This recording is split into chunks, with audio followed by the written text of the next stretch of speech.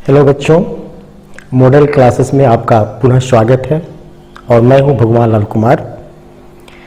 आपको हम रसायन विज्ञान में रासायनिक अभिक्रियाओं के प्रकार के बारे में बता रहे थे। उसी क्रम में अगला रासायनिक अभिक्रिया जिसका प्रकार है द्विविस्थापन अभिक्रिया। क्या है? द्विविस्थापन अभिक्रिया। इंग्लिश में इसको कहते हैं डबल डिस्प्लेसमेंट रिएक्शन। इसको समझने के लिए आपकी किताब में एक उदाहरण दिया गया है। आइए उसी उदाहरण को लेते हैं। एक प्रयोग है, देखिए। एक बीकर नहीं, परख नली में बेरियम क्लोराइड का विलयन लीजिए। 3 ml, दोनों बराबर होना चाहिए कहने का मतलब। और दूसरे परख नली में सोडियम सल्फेट का विलयन लीजिए। दोनों को आप मिलाइए आपस में। क्या कीजिए? दोनों को आपस में मिलाइए। आप देखेंगे कि कुछ देर के बाद दोनों विलयन में अभिक्रिया हो रही है और परख नली की पेड़ी में श्वेत रंग का अवक्षेप बन रहा है। अवक्षेप मतलब ऐसा पदार्थ जो इस विलयन में अभिलेय होता है। अभिलेय मतलब घुलता नहीं है, ठोस बन जाता है। अभिलेय इनसोल्यूबल, जो इसकी पेड़ी में बैठने लगता है। यह श्वेत रंग का अवक्षेप बन रहा है। यह वास्तव में बेरियम सल्फेट होता है। क्या होता है? बेरियम सल्फेट होता है। और एक और यौगिक बनता है सोडियम क्लोराइड। क्या बनता है? सोडियम क्लोराइड, जो इस विलयन में ही घुला रहता है। आप जानते हैं कि सोडियम क्लोराइड जल में विलेय है। सोडियम क्लोराइड मतलब साधारण नमक पानी में घुल जाता है, मतलब विलेय है। तो यह इस जलीय घोल में ही रह जाता है। आइए इसको समीकरण के रूप में देखते हैं। सोडियम सल्फेट एक्वस, तो क्या है ना? एक्वस मीन्स जलीय विलयन प्लस बेरियम क्लोराइड, यह भी एक्वस है, यह भी जलीय विलयन है। दोनों में जब अभिक्रिया होती है, दोनों विलयनों में जब दोनों विलयनों को मिलाया जाता है तो इसमें आपस में अभिक्रिया होती है। और अभिक्रिया के बाद दो यौगिक बनते हैं, बेरियम सल्फेट। क्या जी? Barium sulphate. देखते हैं यहां बेरियम सल्फेट। और यह ठोस होता है। क्या होता है? ठोस होता है और सफेद रंग का होता है। और यह पानी में अभिलेय होता है, इसलिए यह परख नली की पेड़ी में बैठने लगता है, मतलब प्रेसिपिटेट होने लगता है। अवक्षेप बनने लगता है। क्या बनता है? अवक्षेप मतलब पेड़ी में बैठना। विलयन की पेड़ी, विलयन में बर्तन की पेड़ी में बैठना ठोस रूप में, उसको कहते हैं अवक्षेप बनना। ठीक है? तो अवक्षेप हमें मिलता है बेरियम सल्फेट का और सोडियम क्लोराइड मिलता है एक्वस लिखा गया। देख रहे हैं ना? इसका मतलब है यह कि इस जलीय विलयन में ही घुला रहता है। ये तो हुआ अभिक्रिया, देख रहे हैं। अब इस तरह की रासायनिक अभिक्रिया देख रहे हैं जिसमें एक अवक्षेप का निर्माण हो, उसको अवक्षेपन रासायनिक अभिक्रिया कहते हैं। क्या कहते हैं? अवक्षेपन रासायनिक अभिक्रिया। यदि इसकी परिभाषा करें, परिभाषा तो जिस रासायनिक अभिक्रिया में अवक्षेप का निर्माण होता है, कौन सी का? अवक्षेप का निर्माण, ठीक है ना, होता है, उसे अवक्षेपन अभिक्रिया कहते हैं। इंग्लिश में इसको कह सकते हैं एनी रिएक्शन दैट प्रोड्यूसेस, जिसमें प्रोड्यूस होता है, पैदा होता है। क्या पैदा होता है? ए प्रेसिपिटेट, एक अवक्षेप प्राप्त होता है, can be called a precipitation reaction. उसको प्रेसिपिटेशन रिएक्शन कहा जा सकता है, मतलब कहते हैं any reaction that produces A precipitate can be called a precipitation reaction. ठीक है, तो ये हमारा परिभाषा हुआ अवक्षेपण रासायनिक अभिक्रिया का। अब हम एक दूसरे एंगल से इस समीकरण पर विचार करते हैं। आइए देखिए, सोडियम सल्फेट है, देख रहे हैं, यह दो आयनों से मिलकर बना है, सोडियम प्लस और सल्फेट 2 माइनस आयन। क्या होता है इस पर? 2 निगेटिव आयन होता है सल्फेट आयन में, और सोडियम में 1 पॉजिटिव आयन होता है, दोनों में टूट जाता है, आयनों में टूट गया। बेरियम क्लोराइड भी टूटेगा, बेरियम 2 प्लस आयन में और क्लोरीन 1 माइनस क्लोरीन आयन में, मतलब क्लोरीन निगेटिव आयन बनाता है, बेरियम पॉजिटिव आयन बनाता है। उसी तरह सोडियम पॉजिटिव आयन बनाता है और सल्फेट निगेटिव आयन बनाता है। और इस पर चार्ज कितना है ऊपर लिखा गया है, सल्फेट आयन पर 2 माइनस चार्ज होता है, बेरियम पर भी 2 प्लस होता है और क्लोरीन पर माइनस होता है, ठीक है ना। अब ये दोनों रिएक्टेंट हैं, क्या है? दोनों अभिकारक हैं।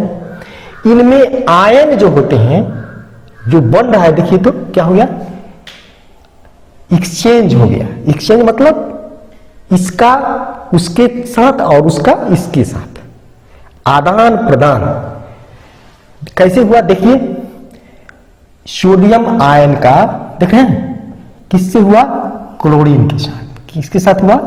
क्लोरीन के साथ, देख रहे हैं, इसमें का सोडियम, इसके क्लोरीन, इसका पॉजिटिव आयन इसके निगेटिव आयन से रिएक्शन करके यहां सोडियम क्लोराइड बना दिया, देख रहे हैं ना। और इसका निगेटिव आयन, देख रहे हैं ना, और इसके पॉजिटिव आयन से रिएक्शन करके क्या बना दिया? बेरियम सल्फेट बना दिया, देख रहे हैं ना। मतलब आयन का आदान प्रदान हुआ, एक्सचेंज हुआ दोनों अभिकारकों के बीच, ठीक है ना। दोनों अभिकारकों के बीच क्या हुआ? आयनों का आदान प्रदान हुआ, एक्सचेंज हुआ। ऐसी रासायनिक अभिक्रिया को हम द्विविस्थापन अभिक्रिया कहेंगे। क्या कहेंगे? द्विविस्थापन, मतलब दोनों आयनों का विस्थापन हुआ। इसमें सोडियम का भी विस्थापन हुआ, देख रहे हैं, और बेरियम का भी विस्थापन हुआ, देख रहे हैं ना। दोनों आयनों का विस्थापन हुआ, तो दो आयनों का विस्थापन हो रहा है, इसलिए इस अभिक्रिया को कहेंगे द्विविस्थापन अभिक्रिया, ठीक है ना। और दोनों आयनों के विस्थापन में आयनों का आदान प्रदान हो रहा है। इसमें सल्फेट आयन का भी विस्थापन हुआ, क्लोरीन आयन का भी विस्थापन हुआ, और एक दूसरे में क्या हो गया? आदान प्रदान हो गया। किनके बीच? अभिकारकों के बीच। अभिकारकों के बीच आयनों का आदान प्रदान हुआ, तो ऐसी रासायनिक अभिक्रिया को द्विविस्थापन अभिक्रिया कहेंगे। परिभाषा इसकी करें, आइए देखते हैं परिभाषा। वैसी रासायनिक अभिक्रियाएं जिनमें अभिकारकों के बीच आयनों का आदान प्रदान होता है। क्या होता है? आयनों का आदान प्रदान होता है। किनके बीच? अभिकारकों के बीच, ठीक है। उन्हें द्विविस्थापन अभिक्रियाएं कहते हैं। आइए पूरा पढ़ते हैं। वैसी अभिक्रियाएं जिनमें अभिकारकों के बीच आयनों का आदान प्रदान होता है, उन्हें द्विविस्थापन अभिक्रियाएं कहते हैं। अंग्रेजी में इसको कह सकते हैं such reactions in which there is an exchange of ions. क्या? एक्सचेंज ऑफ आयंस बिटवीन, मतलब किनके बीच? द रिएक्टेंट्स, रिएक्टेंट्स के बीच are called double displacement reaction. आइए पूरा पढ़ते हैं एक बार। Such reactions in which there is an exchange of ions between the reactants are called double displacement reaction. Clear? समझ गए हैं कि अभिकारकों के आयनों के बीच आपस में अदला बदली होती है। तो ऐसी रासायनिक अभिक्रियाओं में दोनों अभिकारकों के दोनों आयनों का विस्थापन हो जाता है, मतलब अपनी जगह से हट जाते हैं, एक जगह से दूसरी जगह चले जाते हैं। उनका जो मूल स्थान होता है उससे वे दूसरी जगह चले जाते हैं। तो इस तरह की रासायनिक अभिक्रिया को द्विविस्थापन रासायनिक अभिक्रियाएं कहते हैं। एक और उदाहरण लेते हैं जो आपकी किताब में दिया गया है, आप पर छोड़ दिया गया है।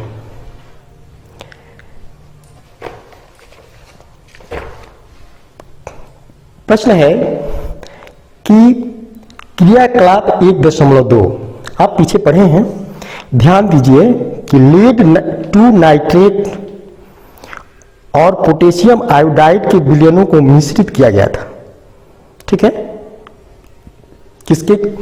लीड नाइट्रेट, ये लीड नाइट्रेट का विलयन है और पोटेशियम आयोडाइड का विलयन है। AQ मतलब एक्वस जलीय विलयन, और लीड नाइट्रेट 2 मतलब 2 का मतलब इसकी वैलेंसी कितनी होगी?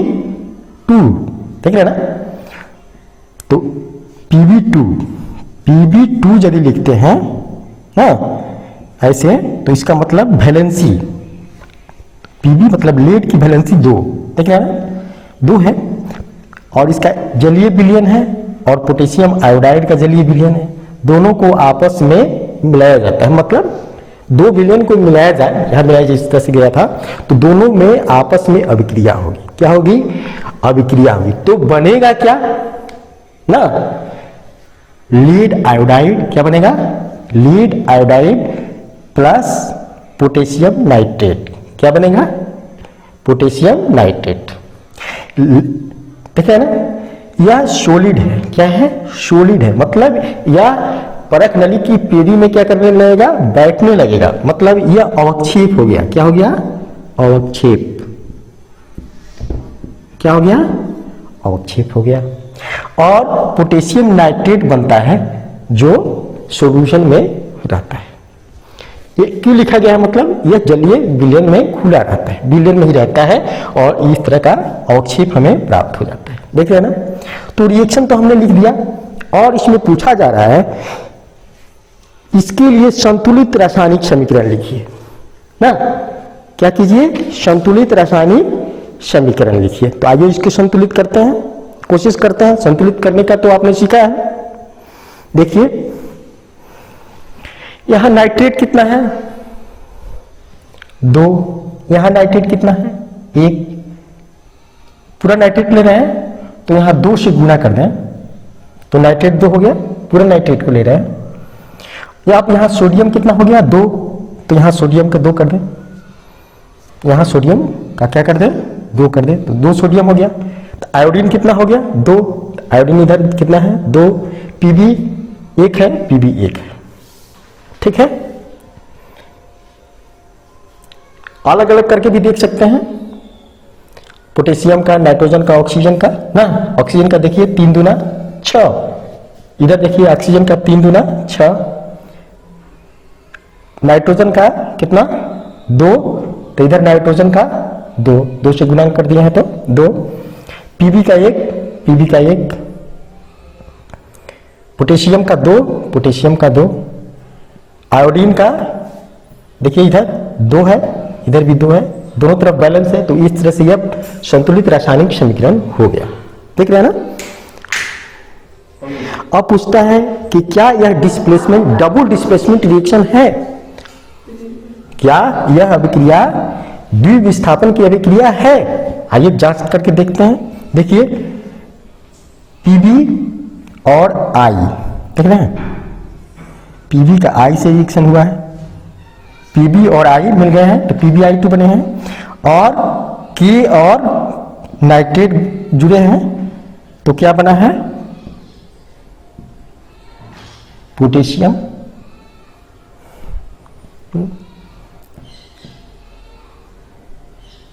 नाइट्रेट बना है। क्या बना है? Potassium nitrate. देख रहे हैं आयनों का क्या हो रहा है? आदान प्रदान हो रहा है।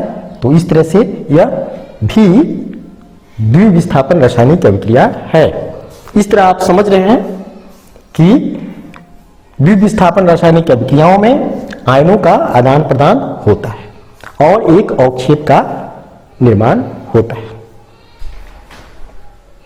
हम इस द्विविस्थापन अभिक्रिया में आयनों के आदान प्रदान को एक बार फिर से समझते हैं, फिर से समझने की कोशिश कर रहे हैं। सोडियम सल्फेट टूटता है सोडियम आयन में और सल्फेट आयन में, बेरियम क्लोराइड टूटता है बेरियम आयन में और क्लोराइड आयन में, ठीक है। इसमें सोडियम आयन और क्लोरीन आयन, सोडियम आयन और क्लोरीन आयन क्या होते हैं, आपस में मिल जाते हैं और क्या बनाते हैं, सोडियम क्लोराइड। देख रहे हैं, आयन का आदान प्रदान हुआ और इसमें का सल्फेट आयन इसके बेरियम आयन से, सल्फेट आयन बेरियम आयन से मिल करके क्या बनाता है, बेरियम सल्फेट। देख रहे हैं ना, ये सोडियम आयन क्लोरीन आयन से जुटा, बेरियम आयन सल्फेट आयन से जुटा, एक दूसरे के आयनों का आदान प्रदान हो गया। इस दूसरे रिएक्शन में देखिए लेड आयन में टूटेगा Pb2+, ठीक है, और NO3- टूटेगा। देख रहे हैं, ये टूटेगा पोटेशियम प्लस और I कौन सी माइनस। इसमें का पॉजिटिव इसके निगेटिव से जुटेगा, देख रहे हैं ना, और इसमें का निगेटिव इसके पॉजिटिव से जुटेगा। देख रहे हैं ना, इसका पॉजिटिव आयन इसके निगेटिव आयन से जुट रहा है और इसका निगेटिव आयन इसके पॉजिटिव आयन से जुट रहा है, मतलब आदान प्रदान हो गया आयनों का। दोनों अभिक्रियाओं में देख रहे हैं कि पॉजिटिव आयन निगेटिव आयन से जुटा, निगेटिव आयन पॉजिटिव आयन से जुटा।